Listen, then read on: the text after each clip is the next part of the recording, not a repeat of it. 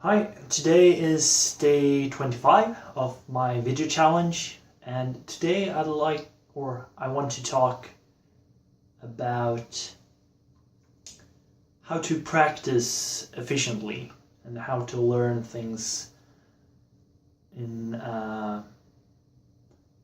let's see, do I efficiently or effectively? Efficiently and effectively. So I use this, or I got this from practicing piano. I think it's Heinrich Niehaus who sort of developed or at least wrote the technique.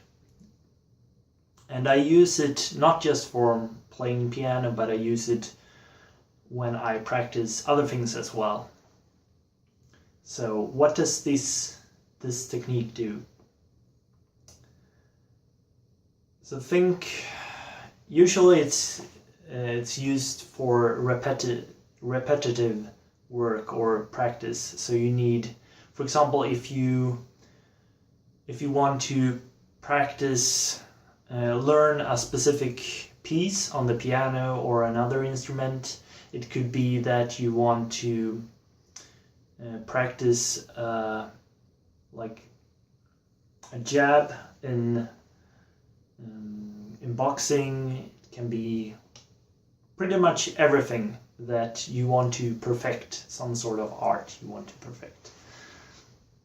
It could also be painting. I'm not exactly sure how I would use it, but maybe if you want to learn a certain technique, then you can use it. So what is the technique?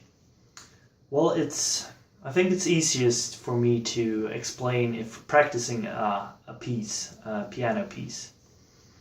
So a piano piece has a beginning and an end. And usually when you practice, or I'm not sure everyone does it the same way, but for me, I try to learn it from the start and then go forward and practice it to the end if I want to memorize it.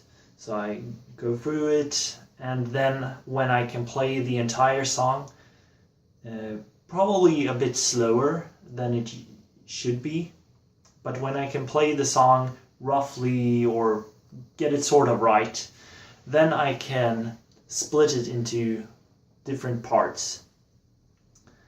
And these different parts are like, let's say I play it, and if I were to just play it over and over and over again, it would take forever for me to get good at the piece.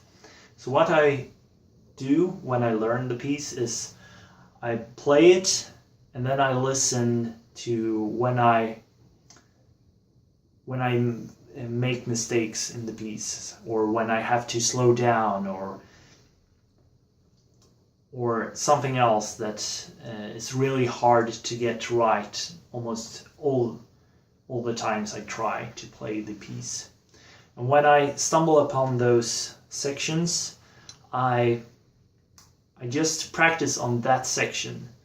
So instead of practicing the piece all over again, I practice just like some seconds, like 2 seconds before I have the problem, to about 2 seconds after. Sometimes it's 1 second. So it's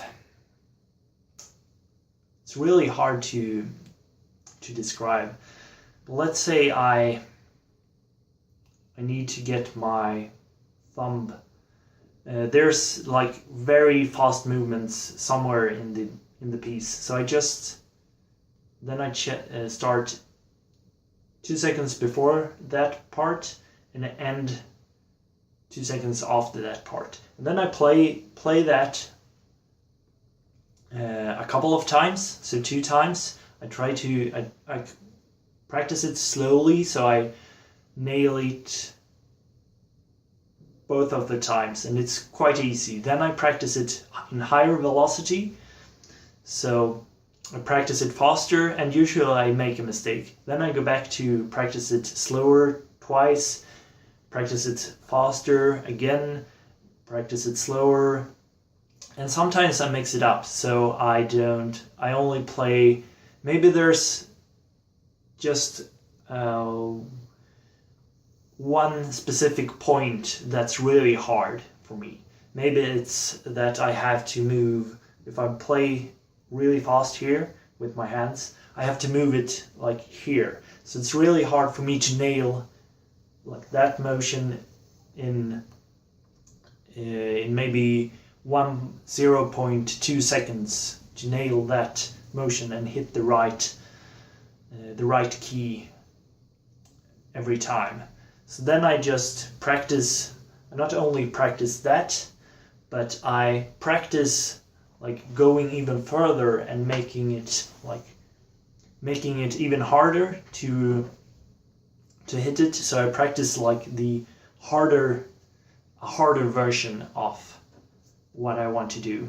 And if I do that, when I get back, it's sort of a lot easier to nail it. So I mix things up, and that's one thing that really has helped me a lot when I practice new pieces or do anything like that. I just focus on what I have a problem with, or that's like the biggest hurdle at the moment. I focus in on that and practice a lot on just that specific part. But I mix it up so I don't just practice the same speed all over again, because then it would also take a lot of time. So I mix it up, I practice it a bit slower, faster, I make it harder, I make it easier. And that's one way to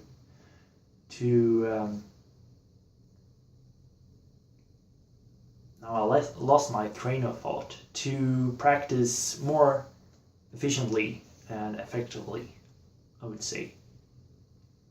And it's helped me a lot with learning multiple things.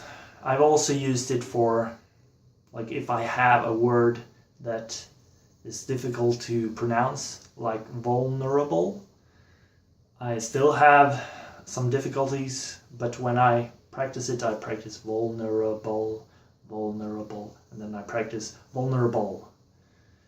And I go like, yeah, I mix it up. So that's what I wanted to talk about today. So bye bye and see you tomorrow.